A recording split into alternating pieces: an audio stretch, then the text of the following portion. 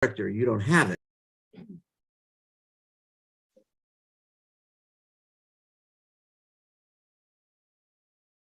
Uh-oh.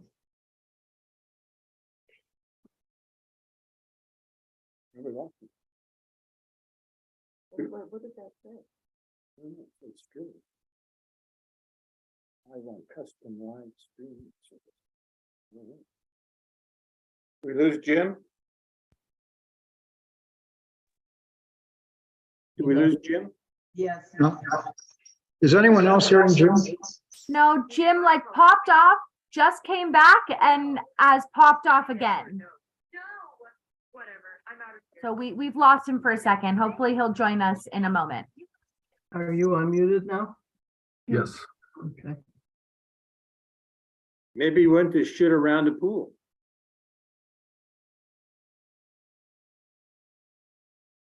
No.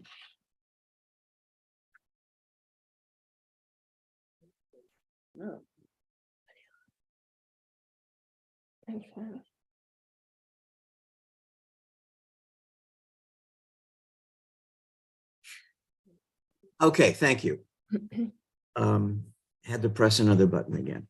That notion of character is one of the central premises of the movie, that it's not enough to have talent, you have to have character as well. And in thinking about this movie a lot this past couple of days and today, really, it's a story of Paul Newman finding his own character, Eddie Felson. There was nobody home before, just like there's nobody home in Bert Gordon, George C. Scott's character, and the thugs and the other pool people, except for Minnesota Fats and Sarah. So it's about how we learn to be a mensch, how we learn to be alive and to have a meaningful life. But Gleason is what drew me into it when I first saw it. And watching it again, it's like Newman's performance is just wonderful. And the writing is wonderful. And the direction and the visualization is great. The director is Robert Rossen. You may not know the name. He did some stage, but his other top movie was blanking on it. With Broderick Crawford. It's a political drama. All the King's Men around this area. Jeff has seen it. Jeff has seen everything. Yeah. And I don't think it's as good a film. It's worth seeing because, again, he's great with actors, and Broderick Crawford isn't the tough policeman. He's like a cynical politician, like in The Last Hurrah, or even in there are other films about cynical politicians. But this really speaks to us about an era, the late 50s, early 60s. It's American social realism. It's, how is life lived by the people who live life, ordinary people. And there were a lot more of them then because the middle class was a lot smaller in 61. And there was a certain spirit after, oh, hello, Kimberly, glad to have you with us. Just noticed you, Howard, welcome. The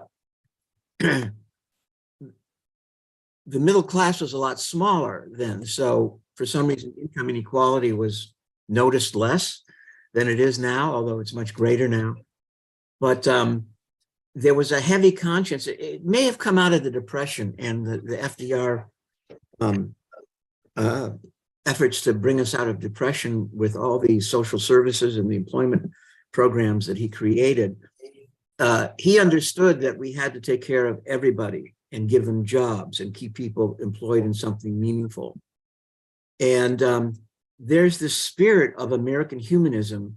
It existed before in the books of John Steinbeck, and certainly there are other movies going way back to the silent era. There was a movie by King Vidor called The Big Parade that's all about the masses. There was Jimmy Stewart in It's a Wonderful Life. So there's a tradition of this. It was particularly impactful in the 50s and early television. Playhouse 90, some of you may remember. Jack Palance, who did the boxing movie, what was that called? The Last something with Jack Palance. These were live, GE Theater. They were live on television for the whole nation, live performances. And there were a lot of films. Marty with Ernest Borgnine is another one of these social realistic films. And later on with Stanley Kramer, they got a little bit more polished. Stanley Kramer did Inherit the Wind with Spencer Tracy several years later. We saw in this class the Andy Griffith movie about a country western singer who became a politician that reverberated with us a great deal. And The Last Hurrah, also with Spencer Tracy. So this fits into a whole school of when American studios, distributors would finance serious efforts at human stories because they knew they could connect with real people. This is not about the elites, even though there is a wealthy man in Louisville in this movie. He, in his own way, uses people and is depraved. But I wanted to start us out with this thinking that this is very much a part of when America was exceptional. That's my point of view. You don't have to believe that. But coming out of the 50s, the post-war movement, the economy was good. People were working in labor unions. They felt cared for. And we could look at ourselves and certain parts of our society that were grimmer and look at them with compassion instead of disdain. And I think when you see the movie that way today, it's a lot warmer and a lot more realistic, despite the clothes, despite the language, despite the game. This resonates with me today because it's about how we use each other. And we'll come back to that because that's another theme besides character. So that's my preamble to set you up to believe it was really a great movie, even if you didn't before. How did you people feel about it? Anybody want some express some first thoughts before we dive in? Okay, I'll dive in. The opening scene is a great opening. Oh, Stacy, did I cut you off? No. Mm-mm. Okay. Don't whisper. The yellow rim goes on in your window. That opening scene where they're passing through a small town on their way to the Ames Billiard Hall where Fats plays. And he and Charlie, his manager, have this beautifully staged charade for the Country Bumpkins. And they've got them hook, line, and sinker.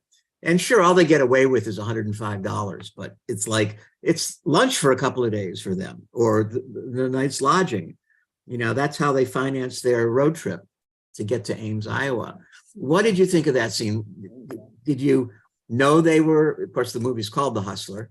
Did you know they were setting up these guys in with the pool table in the bar? Anybody want to? Frank, you nodded yes. I saw that. But you're muted, so you can get out of it if you want. Yeah, I thought so. To tell you the truth about this movie, it actually was. Hold on, there's an echo. We're sitting next to. Hold on. Okay. I thought this was great film and great performances, as you've indicated. But I'm really waiting to see the take on the lofty concepts that you have praised the movie for. I don't quite follow that, and I'm eager to hear your reasoning. Okay. What you're saying is I may have romanticized it, not for what it did, but for what I wanted it to have done. Maybe. Okay. Maybe I shouldn't have seen all those other movies to realize the spirit of America that's in this. Okay. We'll keep that in mind. But I thought that was a great opening sequence because it introduced them to introduce us to them as superb hustlers, because they not only had the pool down, they set up the whole room. It was like a stand-up act or a charade, and the people in the bar didn't know they were being played. And it's masterfully done, and didn't it hook you into who these guys are as a character? Certainly Newman was a known star by this point. It was 61. And I thought it was a great way to launch us into how Newman, it's a quick introduction to many things. One, that he's a pool player. One, that he takes advantage of other people because he's more skilled and more experienced. And that's a theme that plays out in the rest of it. So he arrives at the Ames billiard hall, and that's, I believe, in New York, because all the exteriors are New York exteriors, even though they said they were on their way to Pittsburgh, and they may have been, but it's several days later. And, you know, he engages Fats at 8 o'clock that night, and they play for 28 hours or whatever it is, or 25 hours. And I want to jump to the bus station where he's ready to leave. And he takes a suitcase, he leaves Charlie, leaves him the keys to the car and some money, and he parks his luggage, his suitcase in her locker, and he meets her, Piper Laurie. Probably her best role ever. You may know her as the mother from Carrie, the horror film that Brian De Palma directed. And she's done other things as well. But this is an amazing performance. By the way, all these actors, except for Gleason, are method actors trained in the Lee Strasberg School of Theater in New York. Actors Studio was called. There's even a PBS series that I don't know who hosts it now, but for 20 years, a man interviewed actors on their technique, and very influential. Marlon Brando took lessons from Strasberg. Lots of well-known actors from the 60s, 70s, and 80s went through there. And he was very influential. And he brought a kind of naturalistic acting to his instruction by, basically, it's following the precepts of a Russian stage writer and actor named Stanislavski, who wrote 2 books on acting. And the secret of the book is, Nancy and Roy are laughing because they probably read the book or been in acting classes. I think it's Nancy, right? No? Okay. The secret to this theory of performance is that you have to share the skin of the character you're portraying. It's called empathy in reverse. You have to figure out what the daily momentary concerns were for that actor in that moment. Now, if you look at your own life, you could look at any one moment and say, oh, I know what I was feeling that moment. But how often do we go back and we say, what predicated those feelings we had? Whether it's a big moment with your family or a moment alone in the world. You know, the actor's work is to go back into the facts or in their imagination or what they know of that character and create a life that they can relate to. It's a lot of what actors bring to it. How Meryl Streep got to be so good doing so many different people, I don't know. But it becomes magic because she's figured out what that individual character needs. And this scene in the bus station where the 2 of them meet for the first time is a terrific scene. From the way he, you know, orders his coffee and saunters over to your table and sits down. He puts his feet up on, he's at the next table, but he puts his feet up on the chair. His posture tells us a lot. And right away, what do we know about her from that scene? Does anybody want to mention that? She's an alcoholic. Yes. Do we know she's an alcoholic? Well, she pretty much. No, not the bar scene, the bus station, the very first scene. I'm not sure. Did you talk about it there? But there's a way of talking. She doesn't just respond to what he's saying. She responds to him. There's this immediate zeroing in on his character. She's a no bullshit kind of person. And she's been through hell and doesn't want to take it anymore. So she tells it like it is from square one, really straightforward.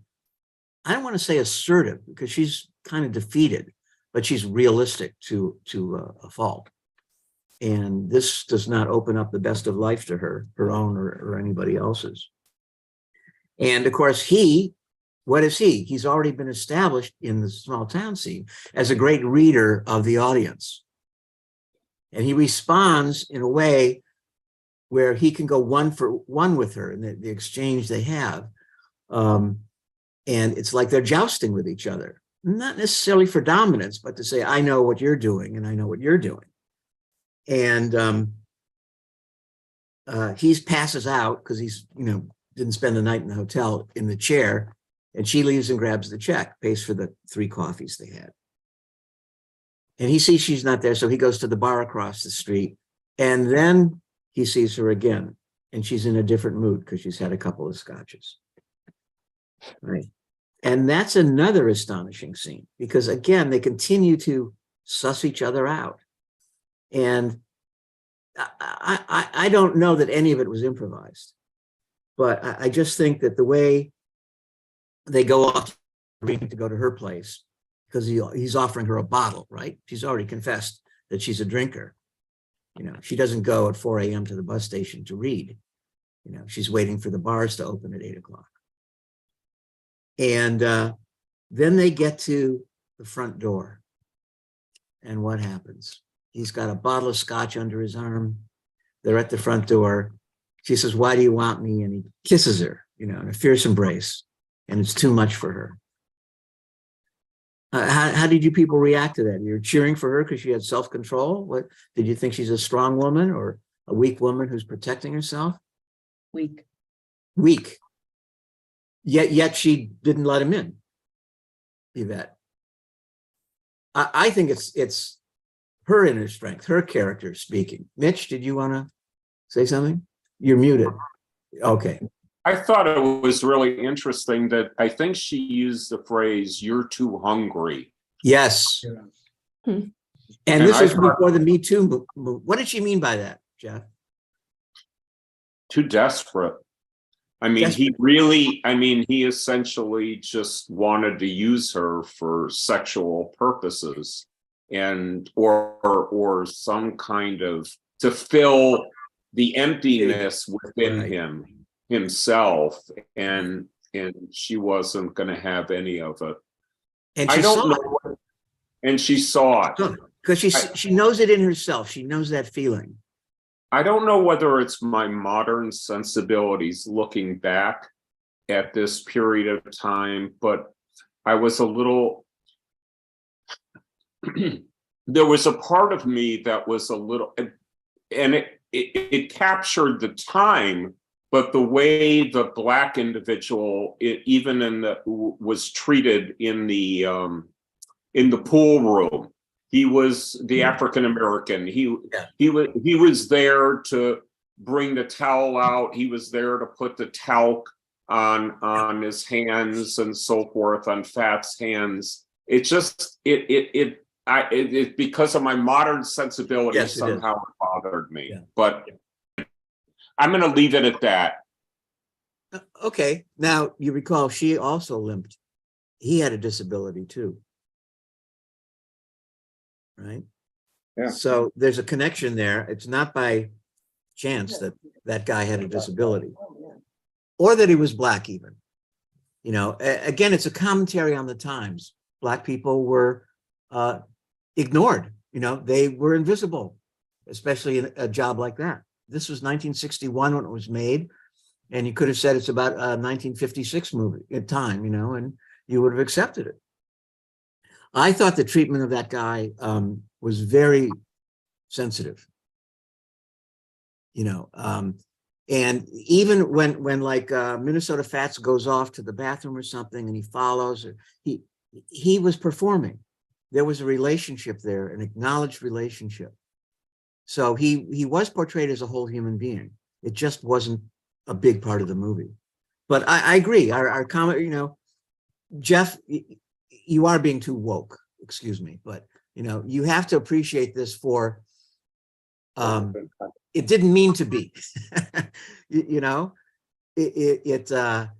And that's not what they want you thinking about. I see this all the time with my students where or you just read the newspaper and all this extreme sensitivity.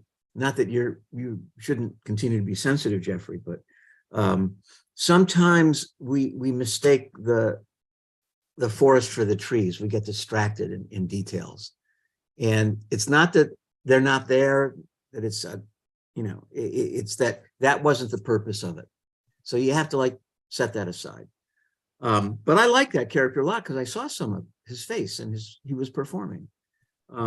So I got it. But let's talk about her. So she turns him away at the door. And you're too hungry is really the key, Jeff. You said she perceives an emptiness in him, a need. Right? He could talk to her because he's this knowing performer, and she's done her own share of performing in her life.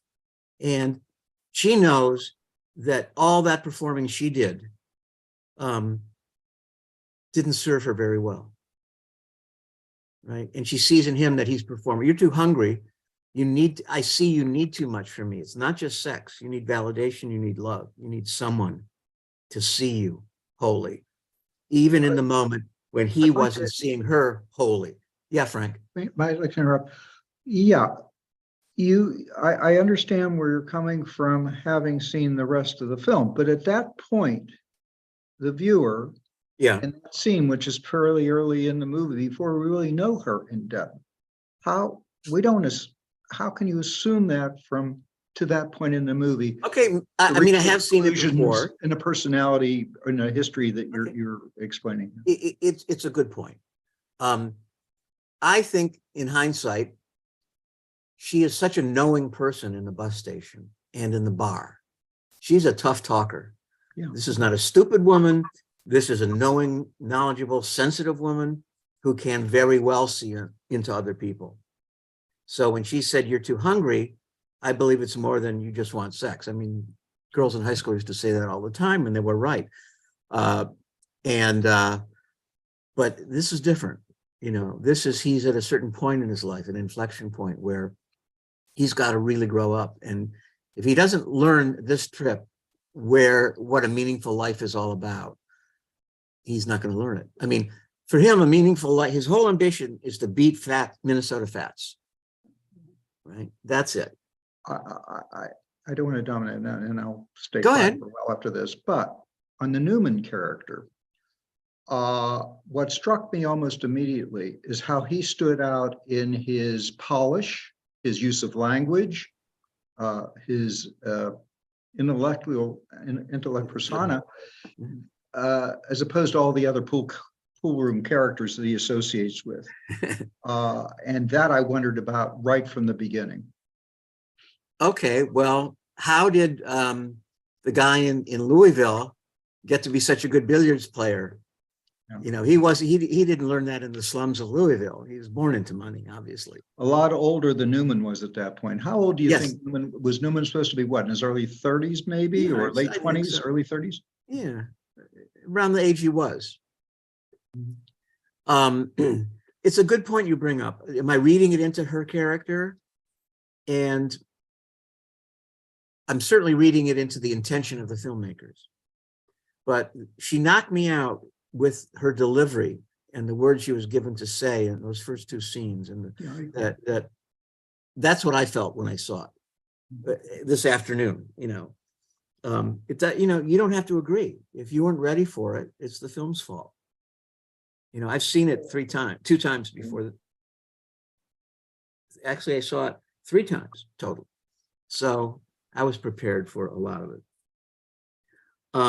He may have been polished. He may have been polished, but I just saw him as it's all a facade. It's all salesmanship. He was completely empty inside at that point. And I think she knew it. She read him. Yep.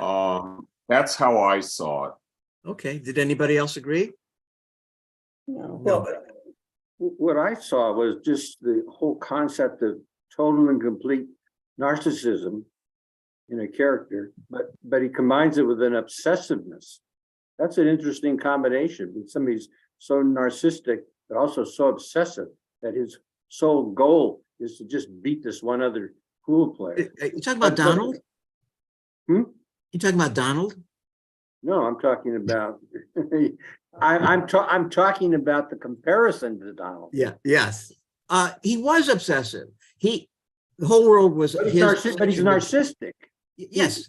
He's empty because he's narcissistic, and that's what when she sees Okay, because you're too hungry. I think she sees that he really is so narcissistic and so involved with himself that she doesn't think that she can provide anything to him. well, she needs too, and so Yeah, somebody well- who's as needy as she is certainly couldn't fulfill her needs. You know, it's like opposites attract, Yeah. but identical Well, forces yeah, repel. they're both wounded. She's a wounded bird. And so is, Right. and he's wounded to a far greater extent. Yeah, but he doesn't know it yet. Yeah, he doesn't know it, and he can't get out of it. The concept of character is like talking a foreign language to him. He Right. doesn't deal with character. He Yeah. deals with the moment Right. and the display of his narcissism. Natalie? Is he finished? Are you finished? Yeah. No, he is. I'd like to go in a little bit further with, we're talking about his disabilities and his problems. And that was his whole, all he wanted to do was beat Fats, right? And he did beat him. He could have beat him. And he definitely didn't want to at that part of the film. I'd like to talk more about that. Meaning What- the first challenge? No, when he went in there and he's going to bet all that money, I mean, you don't like to run over to the end so fast, but it's related to what we're talking about, disabilities in these characters. Why didn't he just stop the playing when he won and went home? Instead of saying, let's go on and on and on all Okay, through. why do you think? I- When you were asking That's yourself, what I want us to talk about because I couldn't Okay. figure that out. does anybody have an answer to that question? When he was ahead That's $18,000, why didn't he quit? Why didn't he really It's want not to about the win? money. It's not Okay, about who the said money. that? I don't see, Jay, it's Jay. It's not about the money. I see. And he says it. He even says it at one point. It's not the money. It's winning. It's domination. There you That's what his whole goal Right. is, to dominate. But that was his goal and he could have won and he No, chose not in to. his mind, not in his, That's what I everybody- want us to talk about, not in his mind. He didn't win. right, because he wanted Fats to say, you beat me, I lost to you. That was the golden prize he was pursuing, single-mindedly. So he couldn't see $18,000 as a real windfall. He couldn't take it and run. And another part of the film, I forget the person who was with him at the beginning and taking half. Charlie, Said to him too, that's your problem. yeah. You never really want to win. You didn't Well, win when he left him at that point. Well, then I the thought that question, was a what very is winning? important part.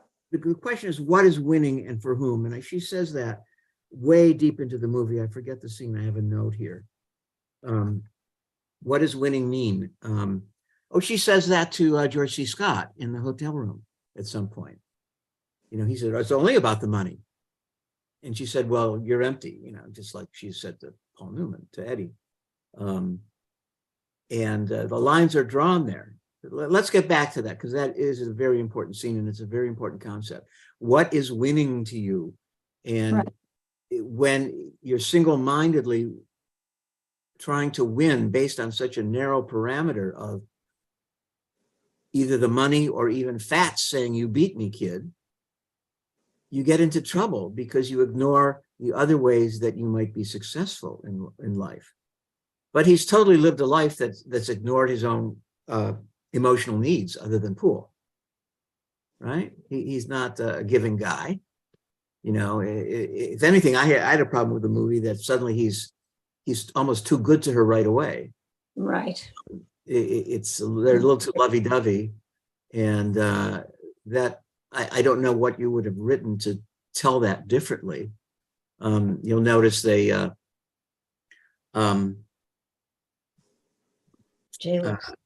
after they go home, he goes to the bus station and she shows up again in the morning, and right away he grabs the whiskey bottle and goes and puts his arm around her and they go off.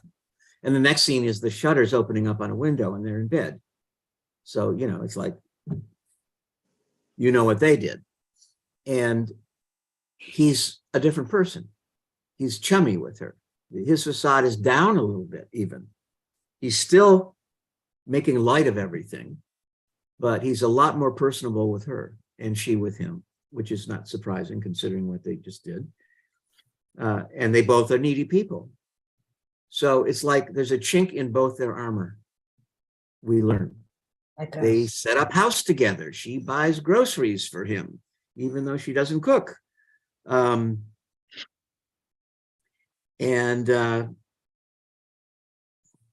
Then Charlie, his manager, appears and says, come on, you left me, terrible thing you did, you left me, but let's get back together and go on the road. And Newman, again, he goes over the line. And instead of saying, yes, Charlie, I'll go on the road with you, or no, I don't really want to, he calls him a loser. You know, you're just a manager. You know, and Charlie has his own problems. He says, I'm broke, I need you. So it's all about the human need for each other, even if it's for money, isn't really about money. So even Charlie has a weakness. He has a weakness for Eddie and for the life that he will have with Eddie, not romantic, but financial, and he likes the action. It's all he knows. So that's Charlie, a really great performance by that guy.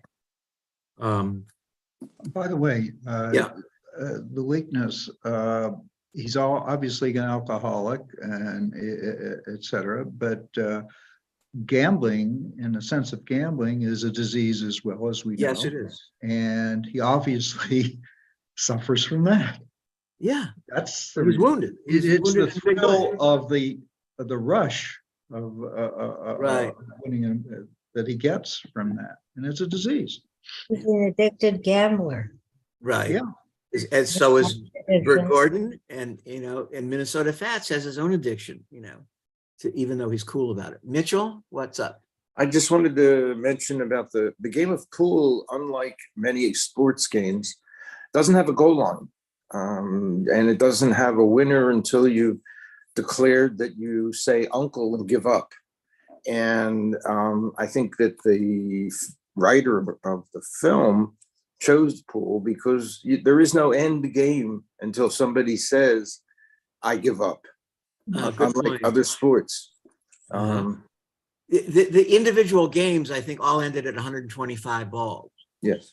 But that's a convention. By the way, this was based on a book, and Robert Rawson adapted it with someone else. So I don't know how much of the scene structure we can attribute to the book or to the writing duo. But that's a very good point to make, that basically you want to force the other, it's power. I want the other guy to say, you beat me, you're better, you're more powerful, I give up, you vanquished me. And we see that people trying to beat each other throughout the whole movie. The poker game in the back room, you know, Bert managing Fats, Bert taking Eddie to Louisville, the guy, the affected man who plays billiards, not pool, he's trying to beat somebody too for pretty much the same reason, to fill a void. And he said, I give up. Yeah, he finally did, because Yeah. he knew that for him, the money was enough. He was beaten momentarily, but he's going to go back to horse racing and throwing lavish parties and playing, you know, gambling for pool in the basement for billiards. He's not a soul we care about. I thought one of the important scenes where people aren't trying to hustle each other is when Paul Newman and Piper Laurie go back on the grass. Yeah. And he starts to talk about what it feels like to play pool when you're doing it well. He says you can be great at anything. Bricklayers can be great. Right. And he opens up to her in a way that allows us to see what he really loves about the game and what he's good at. Mhm. And he achieves a dimension for me at that moment that's much more than a hustler. Yeah, he starts out that scene with, do you think I'm a loser? Yeah, Quite a strong line to start a scene with, you know. I mean, if you're taking a new woman on a picnic and you spill the beans like that, you do your chit chat first, and then you say, I'm kind of down, you think I'm a loser. But no, they start the scene that way. And she says, I don't think you're a loser. And that's the scene where she says, I love you. And he can't answer. He says, do you need the words? Meaning for me to say it too? And I don't think she answers. Minnesota Fats also love the game. That's true, but they love the game to the exclusion of other people. Yeah, So it's an obsession that gets in the way of human relationships. I also, you noted that when she didn't respond to saying he loved her, and then later she reiterates in a number of times that she loves him when he's at his lowest. It left me wondering, what did he see in her at that point, other than she was showing him some sympathy and understanding? What did she really have? What was her love based on of him at that point? You know, he was a needy person who needed her, I guess. I just, that seemed, it rang hollow with me based upon. Okay, that's because you've been in a happy marriage for 40 or 50 years. My wife defined that as, how can someone not fall in love with Paul Newman? So, That's true. It's the blue eyes. I'd like to go back. I'd like to go back to what I thought was really the defining moment in the film, was when Bert calls him a loser. That's what changes his whole attitude towards life. All of a sudden, he begins to realize that winning at pool doesn't make him a winner. And in fact, The second time he calls him a loser. yeah, it's really, he's really a loser in the totality of the sense of that word. Not that he can't win a game of pool, but he's a loser as a human being. And that's what. Right. And in the beginning, it's I lost the pool game, but really he begins to see. I don't want to get too far ahead of our discussion because that's very central to her and their relationship. But he's never had anything else to win at. This is all he knows. You know, she has known loss as well, or maybe he hasn't known loss, but she certainly has. We find out later. Somebody raised their hand. Stacy. I just had a general comment, not in just in terms of human behavior and relationships, and we're talking about the levels of competition between some of these characters. Mm-hmm. One of the things that it strikes me as, it's a form of leveling. You know, if you feel insecure about yourself, then in order for you to feel good about yourself, you have to put others down. Mm-hmm. And I think that kind of plays into some of, you know, the characters and their behavior. Absolutely. There's a need. It's another need. It's how the need for company, for love, gets perverted and distorted. You know, you mistake, oh, if I could just beat him, then I wouldn't feel so empty or insecure. You know, why did Vladimir Putin invade Ukraine after losing and stay there after 100,000 deaths? You know, it's like, what is this guy trying to make up for? And at some point, we all know narcissists and egotists are unreachable. They're just lost in their own miasma and the crazy stories they tell themselves that psychiatrists have never been able to figure out, you know, what makes a psychopath. You know, it's convenient to say it's a brain imbalance, but we're talking about human drama here, and the filmmakers and the theater movement and the social realism films and plays of the era really try and deal with it in human terms, because science was so much less sophisticated then. That's all we had to deal with. Talk therapy, you know, before. Does anybody remember the scene where she's writing the short story? Yeah. And he pulls it out. Yeah. And reads the words, and it was like, she was an incredible writer, clearly, and she had totally captured their relationship, right. And he got furious and tore it up.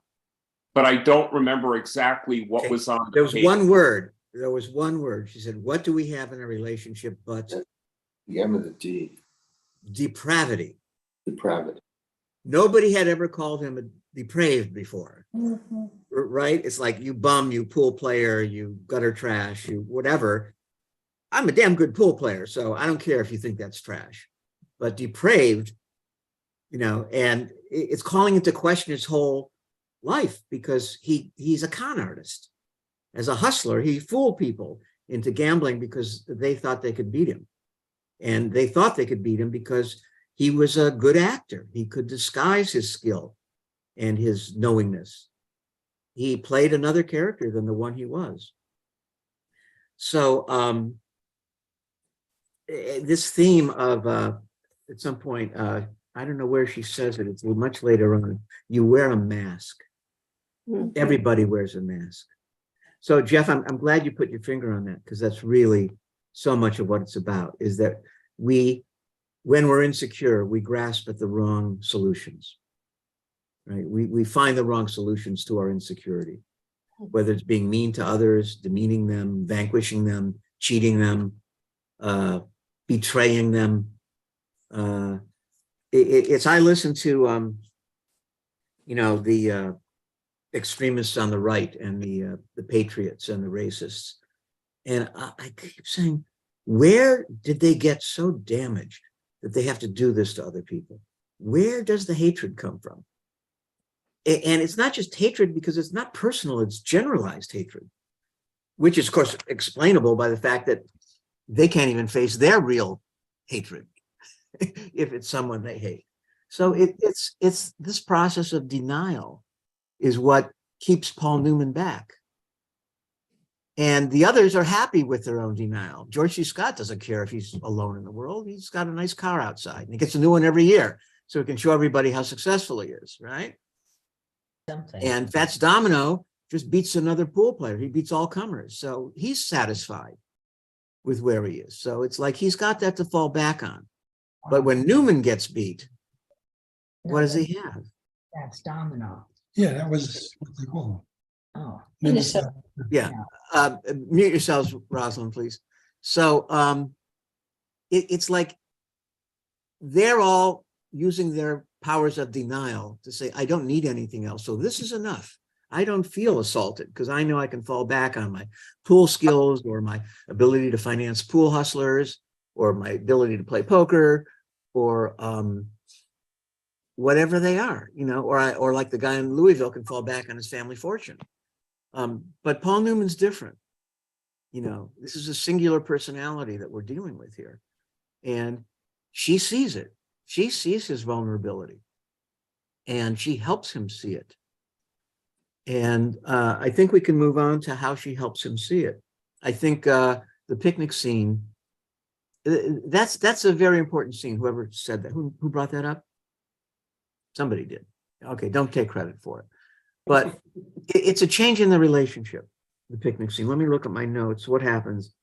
What makes a winner? It really bothers me. Well, yes, we see his love for the game. It's almost a physical, visceral feeling he gets, like dance, like ecstatic dance, or painting, or when you're inspired writing and the pages just flow off your fingertips. When it's good, it makes you feel whole, right? That's why when his thumbs are broken, he has no purpose in life. He's got to get back. But it's like the idea is to experience when it's good with somebody else, because that abides. And I think that's what's behind all love stories or pursuits of love. That in its own way, I'm not talking about sex now, I'm talking about the sense of sharing, unity, common experience, closeness. That's when it's really working the way it's supposed to. We can talk about how humans are basically evil, like some Old Testament or New Testament people believe, or we can talk about how love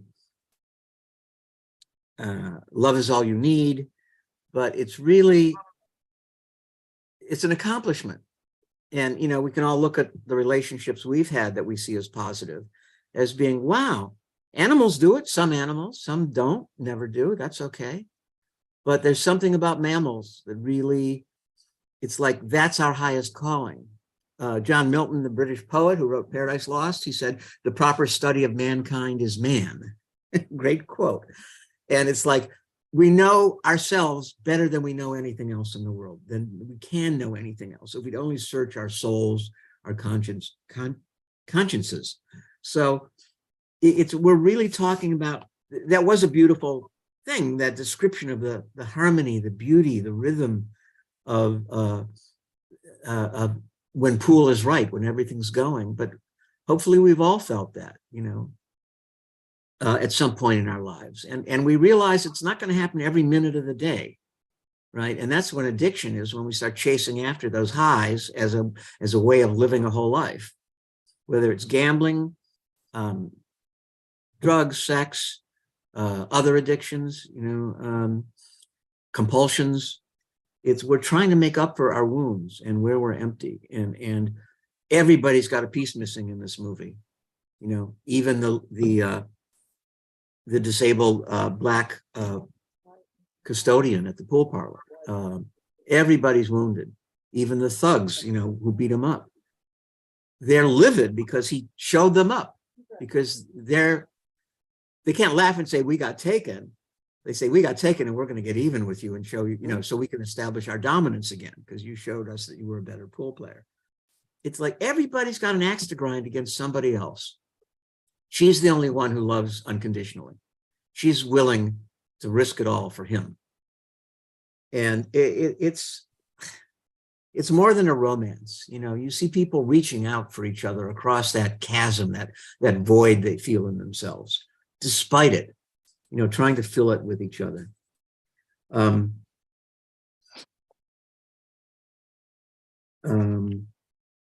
he comes very. Go ahead. Alcohol? What about alcohol? It seemed to me the alcohol plays Oh, a yeah. crucial role in this character and in the film. Yeah, but that's not that's a symptom. It's not the cause. No, but it's a way to hide or mask. Yes, what's that's really going right. on, and that's how I thought they used that brilliantly. Somebody unnamed in our group who couldn't be here tonight didn't love the movie, but she thought it was an example of how alcohol destroys people. And she's not wrong. Alcohol does destroy lives. We know that for a fact, a scientific fact. But these people were destroyed already before they began. She didn't, her limp didn't come from an auto accident, right? She made that up. She had polio, and then her father left her. Those are the wounds for her: betrayal, abandonment. And she became a drinker. Obviously, she's a talented writer and a sensitive person, and has some ability. And her change while living with him is really remarkable. I mean, she becomes a different person. She even turns down alcohol in the apartment. She declines it. I think that's when his thumbs are broken, and he offers her a drink, and she doesn't want it. She just wants him to know that she loves him. And when she confesses about her father, she ends that scene with, I just want you to be real. Everybody else wears a mask, but I thought you could drop the mask and be real with me, because I want somebody to be real with me. She's being extremely vulnerable there and speaking up for what she really needs. So in a way, she's stronger than she ever has been while she's been so afflicted. That's why she drinks, but she's out of it, and she sees herself very clearly there. Stacy, did you have something? Well, I actually didn't, but since you mentioned that, I'll just make one comment. In a way, it showed a lot of courage. Yes, I agree. She's acting in a way we hadn't seen her act before, right? I mean, apart from walking across the streets of the grocery store and smiling at people and coming back and saying, I lived for 3 years and I feel like I know everybody. Where she thought she was a spot on the wall. So, this is a very rich movie. Even if you don't connect all those dots, it's there and you feel it. And good writers. Can we jump to the chase? Can we jump to the chase? Why did she kill herself? I knew somebody was going to ask that. Let's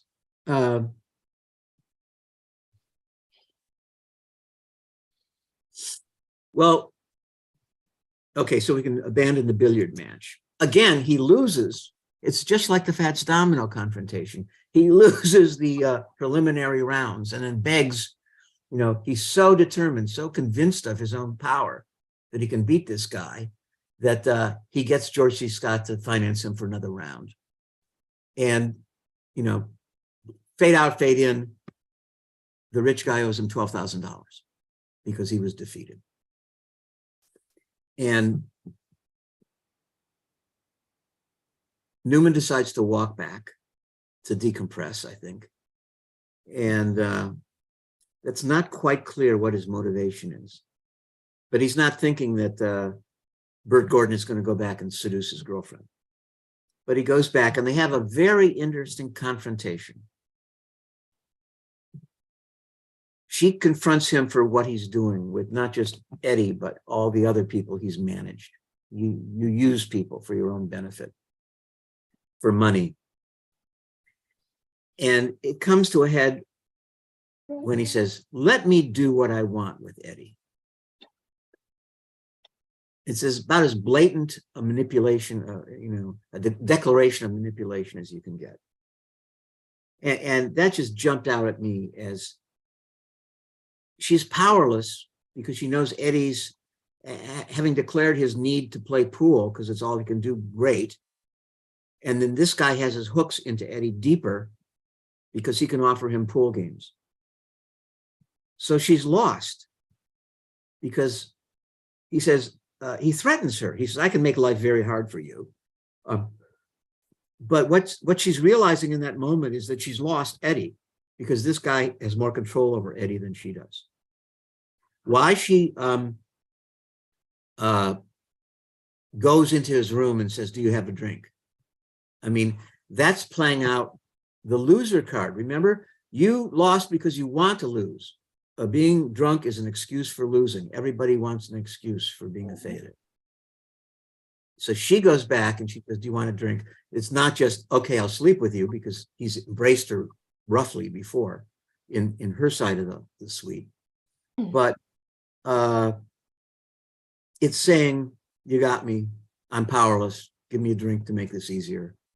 You know, you can use me too, because I'm not as powerful as you. That's a rough explanation. If we could dissect that conversation they have before that moment, I might do a better job of it, but I think she's a defeated woman there. And remember, she then goes and scrawls on the mirror, something, something depraved.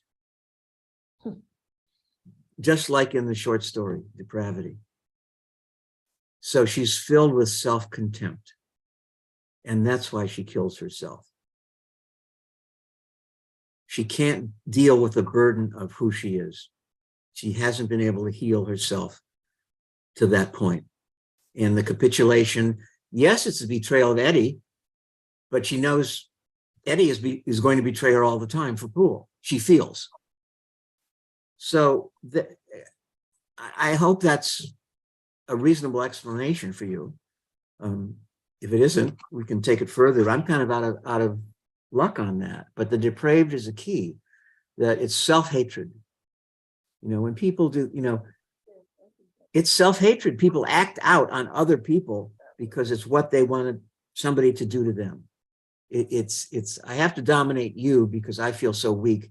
Please put me out of my misery. Yeah. I thought she would show Eddie what kind of person George Scott was by killing herself. In other words, George destroys people. Yeah, I see where you're going. That it was a message to Eddie to save him in her death. Right. That I think you're reading too much into it. It's very smart, Jerry. I know you're a screenwriter, but we all have wishful thinking sometimes. And I think it's too much. I think it's George C. Scott himself says in the last scene, she would have done that to herself anyway in 6 months. She was a loser. You know, you're all fucking losers. You know, everybody's a loser. And you can invoke that when you want to hurt somebody. There's a great example. Oh, where is it? How they all hurt each other. I made a note of it because it really stuck out. Oh. I think at the restaurant, the fancy restaurant he takes her to. And she says, "You hustled me, just like all the others. Mhm. Drop your mask," you know. And she's reaching out not to destroy him, but to save him. But I don't think that it goes as far as, she has to leave because she knows she's lost him. And he goes back and he begs her, and that's what it's a what do they call it? Mercy fuck, or a pity party, where he takes her to Louisville. And she sees into George C. Scott right away. He's a user of other people. So I just don't see her set up for that, Jerry. Yes, she's a sacrificial lamb. But I don't think that was her primary motivation. I think she caved. She couldn't live with herself anymore. But that's just me. Sorry. Anybody else have an idea about that? Why did she kill herself? Jim, Natalie? I didn't understand. I, Why do you What- think she caved? Because she realized that George C. Scott had more control over Eddie, because he could dangle Poole over him, because that's his only way he got jazzed in life. He still never said he loved her, right? Right. He never chose her over Poole. So she realized, oh my God, I can never compete with George C. Scott because he's got Poole and I don't. Okay, thank you. What Well- what Do better. about George C. Scott? What about George C. Scott being the devil? He And is. that He is. He's He's the- dangling the apple in He's the front of you. personification of the devil. Yeah. And Newman is Paul, Christian theology. He's the fallen angel, maybe. Yeah, Or but he's on the road. He's on the road to Damascus. Yeah. That's the trip he's on. And then he sees the light. And he sees the light because she shows him the light. But that Scott is really the personification of the devil. Yeah, he's the constant temptation, luring him back into the game, into hustling. Let's hear from Natalie, and then we'll jump back on that. I thought she may have killed herself because she knew she had lost him here. And that how could she go back and live that lonely, lonely life Right. that she had before? That this was the first time she had someone to cook for and sex with, and somebody lived with her. And it was for her, it seemed that was the only time anything like this happened. And now she humiliated herself with sleeping with that other guy, and that she could not go back anymore to her life the way it was. Eddie That's what gave I her- saw it. I think you're right. Eddie gave her hope, which is something she hadn't felt for herself in ages. She's an alcoholic, can't help it. And I drink because I'm miserable, and I'm miserable because I'm an alcoholic. And it's a horrible disease and very tough to get out of, just like smoking is. They say nicotine addiction is more complex than heroin to break. I don't have the numbers on that, but that's what I've heard from counselors. But I get why she killed herself, because she realized he was not available to her when she thought he was. So George C. Scott destroyed the only hope she'd felt in years. That doesn't explain why she sleeps with him. No. I could see her killing herself in the bathroom without George C. Scott after that conversation. I can't explain it. They probably discussed it, the two writers. Maybe it was in the book. It's something you got to go with sometimes. But it's clearly she's a defeated woman when she sleeps with him. And I think that was enough for them. The why of the defeat wasn't quite clear. Yeah. There's another way to look at it, I would think, that she's engaging in an act of total redemption, that she is going to save Newman's character by killing herself, because she's going to save him from the clutches of Bert. Yeah. Well, And she get won't. him away from Bert. So her act is really an act of total and complete love and redemption. She's determined to say, you know, she wants to save him because she knows her own redemption is in saving him, is in connection and relationship. And, you know, she's already on that mission from the first day. She questions it at some point, you know, up until the picnic scene where she says, I love you. But she puts up with his not saying it and not acknowledging that love for the rest of the movie.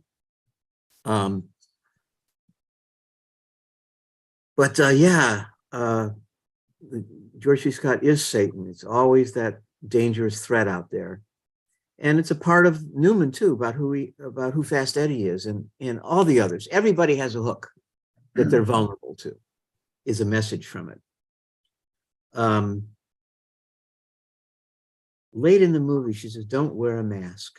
It's one of the last times she speaks to him. It may be in the basement there. Let's go to the conclusion of the movie. It ends with Newman trying to choke George C. Scott and the policemen pull him apart. But we did see the mirror that ended with the lipstick smear that said depraved. But he goes back and he's looking for a game again. Oh, before I get off the track, there's one more point that he has an impulsive personality. When he goes to Arthur's pool room, and he knows he can hustle these guys for a couple $100. But no, he can't beat them discreetly. He's got to beat them dramatically because he gets angry and he says, I'll show you, you punk. And then they break his thumbs because they feel, you know, to get back at him. But he didn't have to do that. So he was already winning and then he lost. Right. So is this a suicidal impulse? Is it, you know, he even questions, why did I do that? Which is a good question for him. You know, why didn't I take the $18,000 from Fats and leave? You know, it's like, even though he never asked himself that, because he goes back to play Fats again. And they play one game and he beats him. And he finally gets his redemption. What would have been his redemption if Fats had said, you beat me, Eddie. If he'd said that in the first match they had, the movie would have been over, right? But now Newman feels differently about it. He takes the money. He's not going to pay Scott his commission. But what does he say? Anybody want to, you can just paraphrase the movie. This is where the whole movie earns its stripes for me. He says, you're a hell of a good pool player. To each other, right. So it's like, Fats is okay. He's cool. You know, and Eddie's gracious enough to say, you're a hell of a pool player too. And they're peers now. So you see that he has no more axe to grind with Fats because he achieved a status of equality with him that was really all he was after. The kind of love, isn't it? You know, our relationship is that we're both really damn good pool players and we can beat each other because we have, you know. But no, what else does he say? George C. Scott says a couple of times, it takes more than talent. You got talent, kid, but so does Fats. But what else does Fats have? He's got character and you don't. And that's why you're a loser, because you're always looking for an excuse to blame your losses on. Character. And Newman comes back and he says to him, I've got character now. So your goons better kill me, because if they don't, I'm going to come and kill you. Because why? He learned about character because why does he say that? Why does he have character now? But she killed herself. Yes, that incited his change of heart, but it's not what he did with the news. What did he do with that news? He beat Fats. He's in mourning. Somebody he loved died. The only person he has loved, he has lost. And he realizes that's more important than pool. He still had to beat Fats. You know, it helps that he beat him and then he could say, nothing's more important than her. But she's gone. You know, we can't bring her back. but you use everybody, you know, and that's the message of the movie. Eddie had to learn what love means. He had to learn about connection the hard way by losing it. You never know what you've got till it's gone. And then they put up a parking lot, right? It's like, she's so smart. It's that sentiment, but it's not playful. It's serious stuff. And I just thought the way they came about it in this film was just terrific. I mean, you can see I'm a fan of the film, and others may not be, but it's like they're really, the whole film is pushing on Newman, you know, touching his nerve point, his touch points where he's vulnerable, which are his temper, his impulsiveness, his determination, his narrow-mindedness, his own narcissism, like you said, to cause him to do things that he regrets. And he doesn't realize until too late that what he really wanted was there in front of him all the time. And all those obsessions of his is what took her from him. It wasn't Bert that killed her because he seduced her, or, you know, or he gave her the tough talk about just let me do what I want with him. No, it was her reaction that killed her. But Newman didn't say he loved her, didn't make her feel loved, so that she felt she lost him, even though he was getting what he needed out of the relationship. I mean, this is something high school kids learn with their first romances, or college kids, you know, with the help of a lot of therapy, usually. I needed that. Can't speak for all of them, but I'm no longer, 22. But it's very raw and human, and that's what these performances took us to. The precision of the emotions expressed, the precision of the writing. Granted, it gets a little murky when she goes into the other bedroom, but this notion of, I've got character now and it hurts, but I'm a better person for it. You know, this is the meaning of life. The pain of life is not losing, but knowing that you lost it by your own hand. You know, you did this to yourself.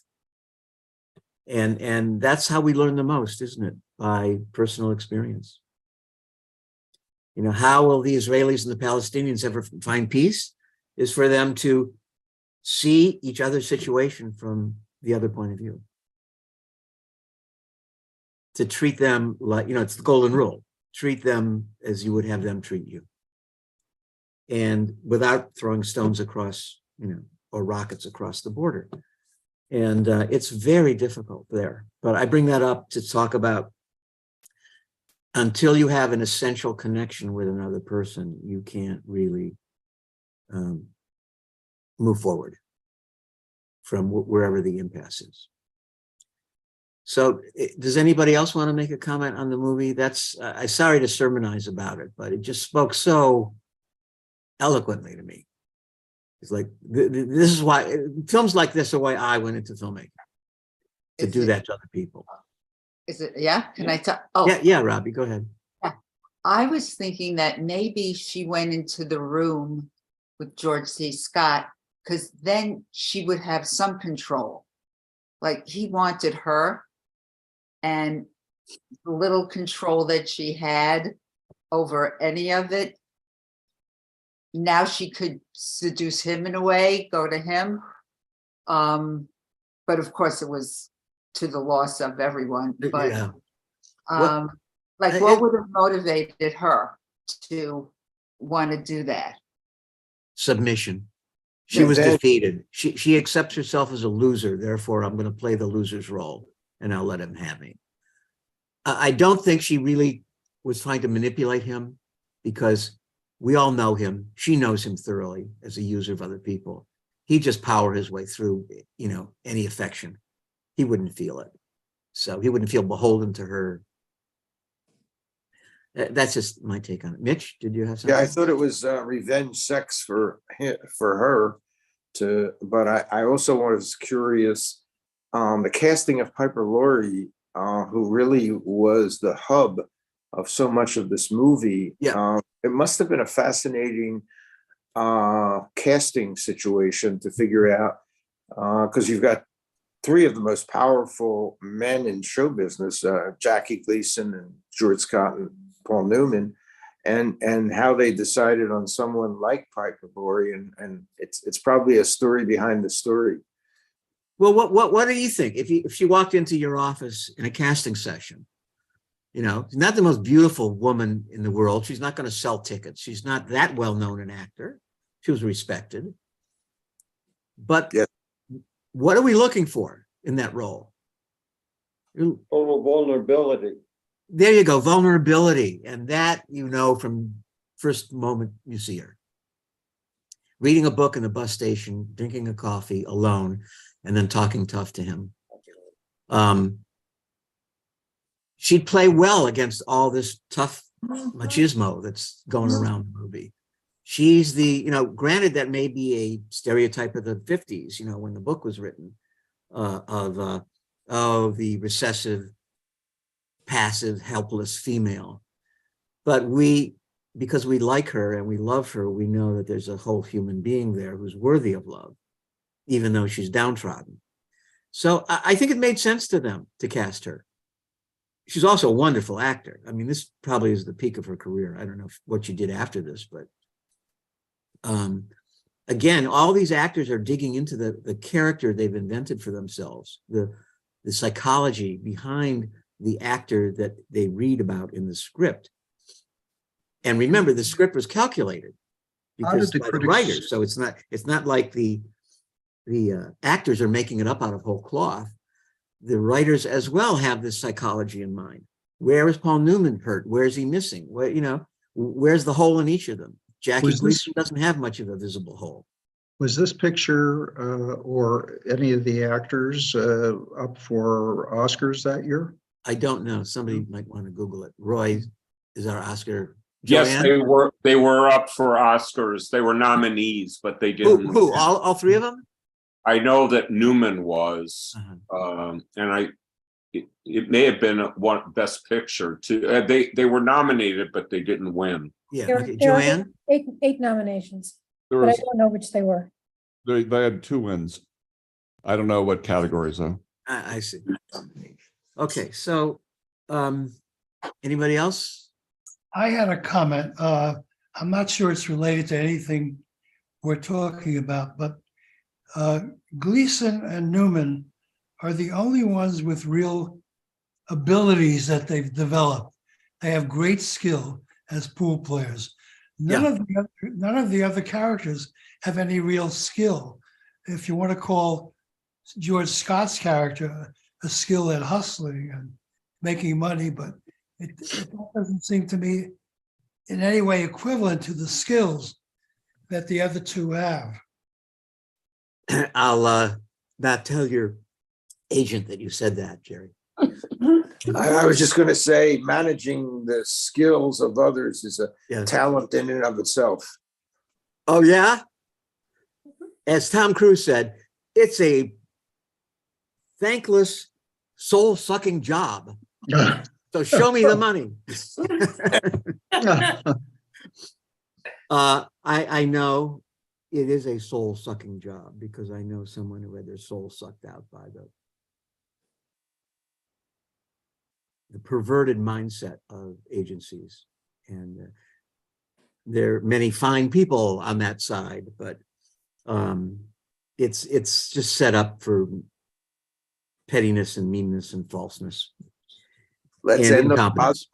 let's What? end the positive note, Jim. Okay. Sorry, it's my nephew. We sit Shiva for him every time he doesn't come to a Seder. Well,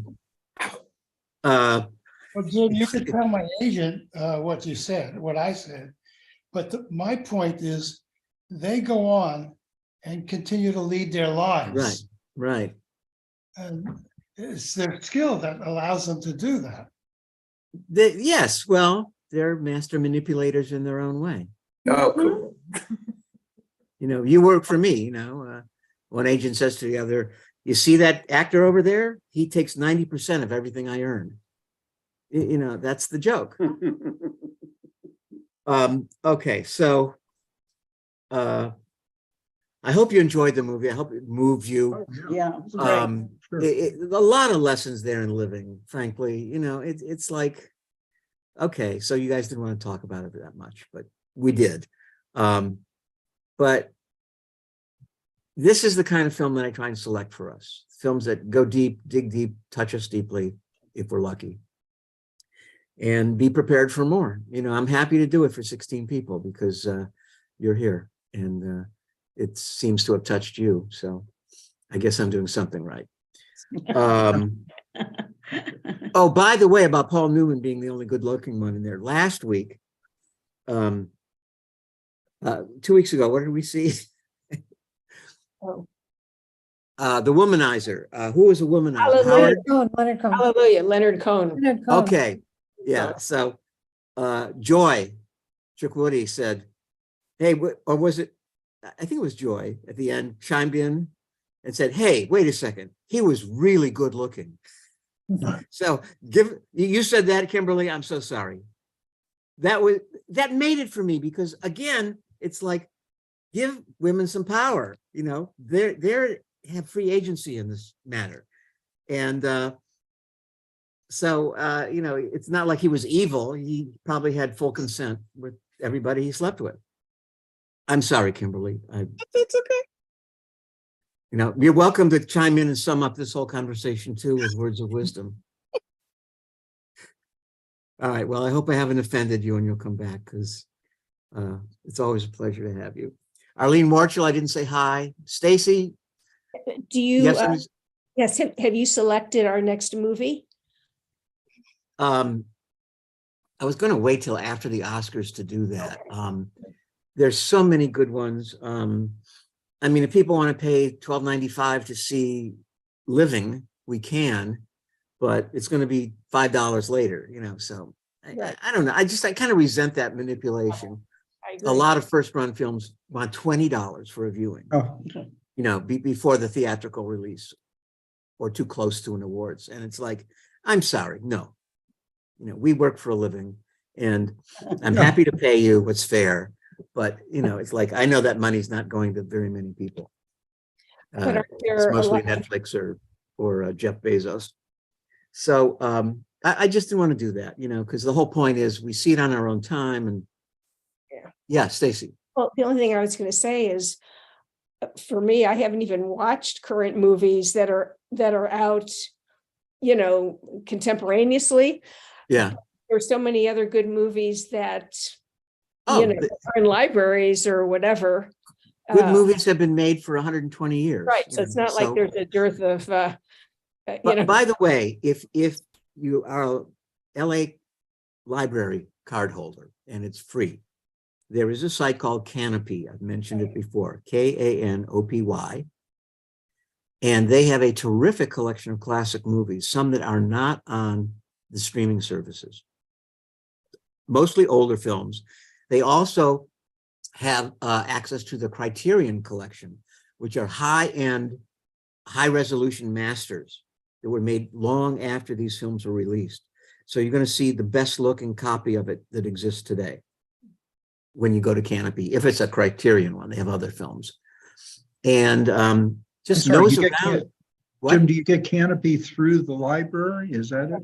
Would you No, go to explain? canopy.com and it'll ask you to identify your library card. Got it. Jim, There's you probably a had link on the mentioned- LA city.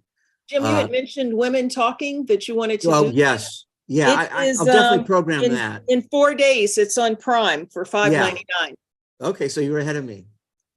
We'll definitely do that. Maybe we'll do that because I think that's a terrific movie, regardless of how you feel about religious cults. But this is, you like religious cults, Stacy? Oh, I was just going to ask you a question. I don't have Amazon Prime. I have Netflix. I don't know. You can still pay for it. If you don't have an Amazon Prime account, you can still go on to Amazon and rent it. Oh, okay. All right. And then it's not Prime Video. I think it's just movies and television. There's another heading for it.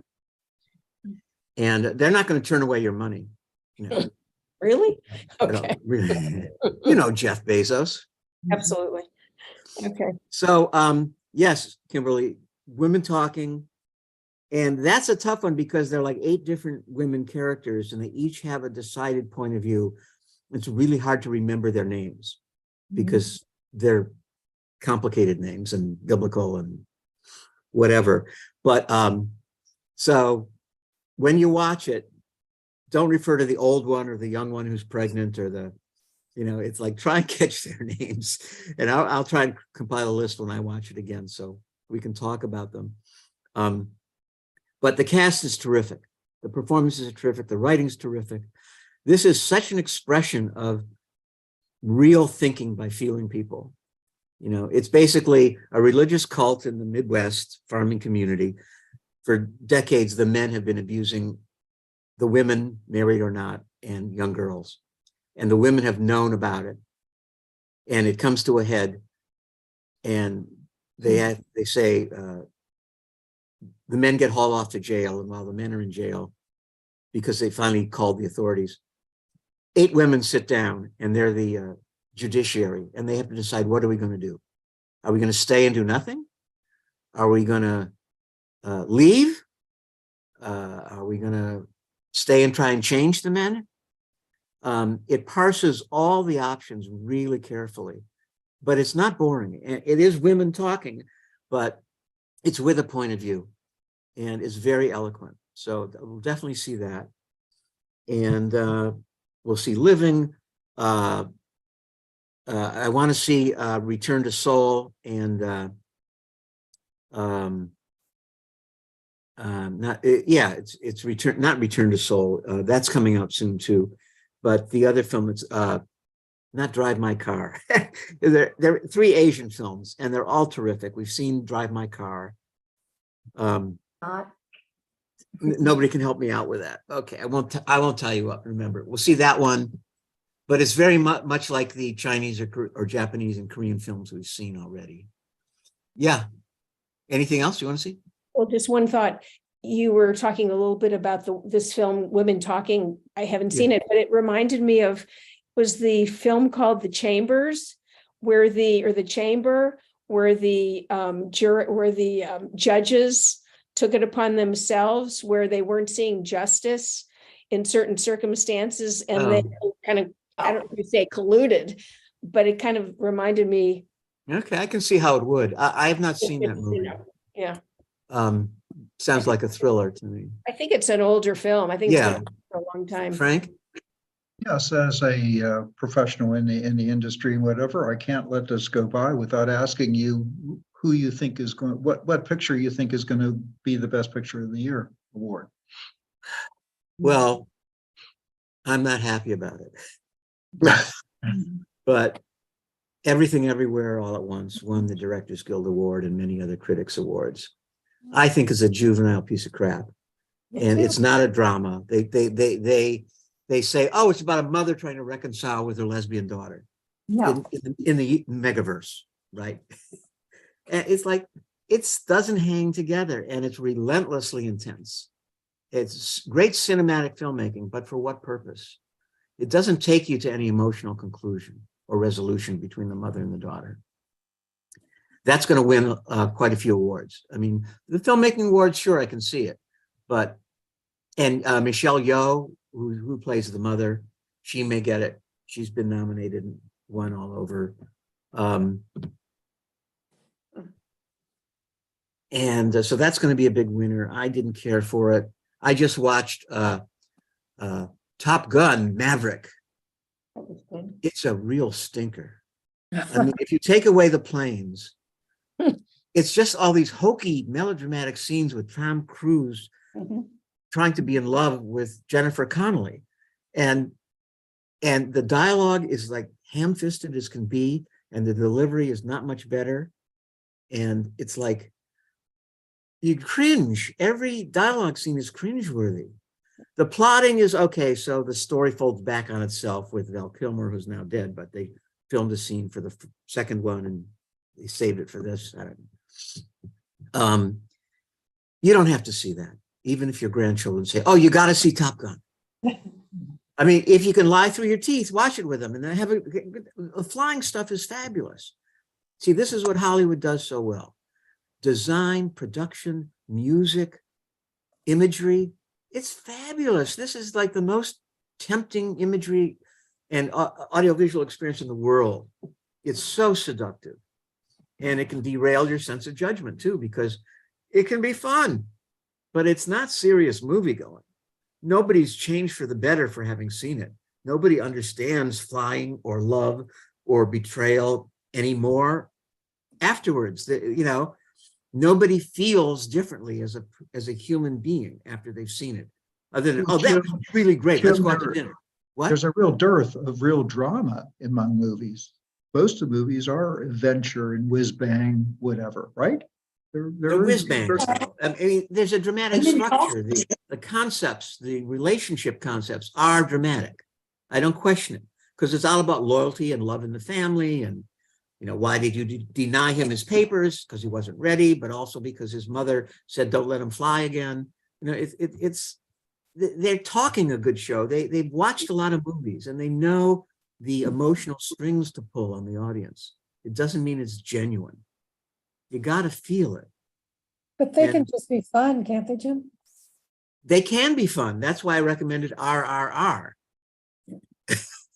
Because there's some, you know, you care enough to have fun with them.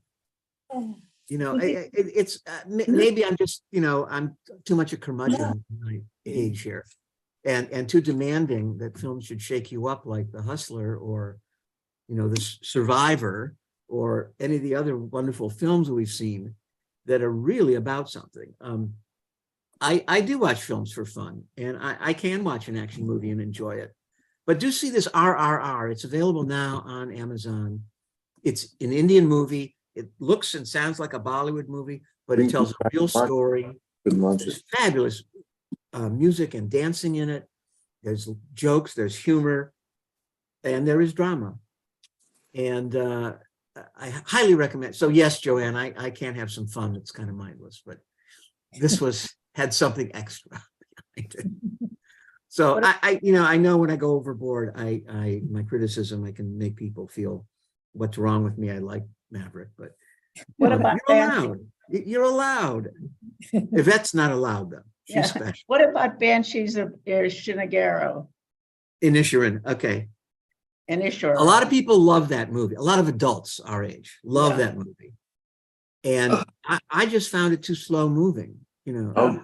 Yes. Mitch is fed up I with thought me. it was great. A lot of people do. So, you know, maybe I'll watch it again. I did not see the whole thing. I loved it, Jim. I thought. What did you love about it? Well, first of all, I love the relationship between the two guys, that it was asexual and they performed their roles fabulously. I also thought the scenery was excellent and the staging was very good. And I also thought that the woman who played the sister did a fabulous job. And it's so much about how people love each other and then fall apart. Okay. And what happens to them. And I found that very impactful. And I think it's a dark horse to win. I can see, it may be. I can see that. I think one of them might win. Colin is he's up for best actor. He's up for best actor, and the other one's a best supporting. Best supporting. He's got a chance, I think. Yeah. Okay. I agree with everything you said from what I saw of it. And I normally love films like that, but it didn't sustain me. You know, I knew that's what it was trying to do. And I love the performances and the scenery, and the actors are always worth watching. It just, I got a little bored. All right. You know, so again, it's what sustains one's interest in it. And maybe I'm just too impulsive and too demanding, you know, I can't sit back and just enjoy something. What? They should have had jet planes. Jet planes. Okay, so I believe the Oscars are next Sunday night, but do expect a lot of awards to go to. Maverick will get some awards too, and cinematography. Everything Everywhere Always, And if you look, the LA Times ran, a critics list of what are the big films. Their lists were almost identical, different order of priority. But it's a little scary. Okay, so thanks for tonight. Thanks for listening. To all of you too. I mean, it's like, who else is going to sit and talk about vulnerability for 90 minutes? You guys are champs. It's good. Okay, see you soon. Bye. Thank you. Bye. Thank you. All the way down here.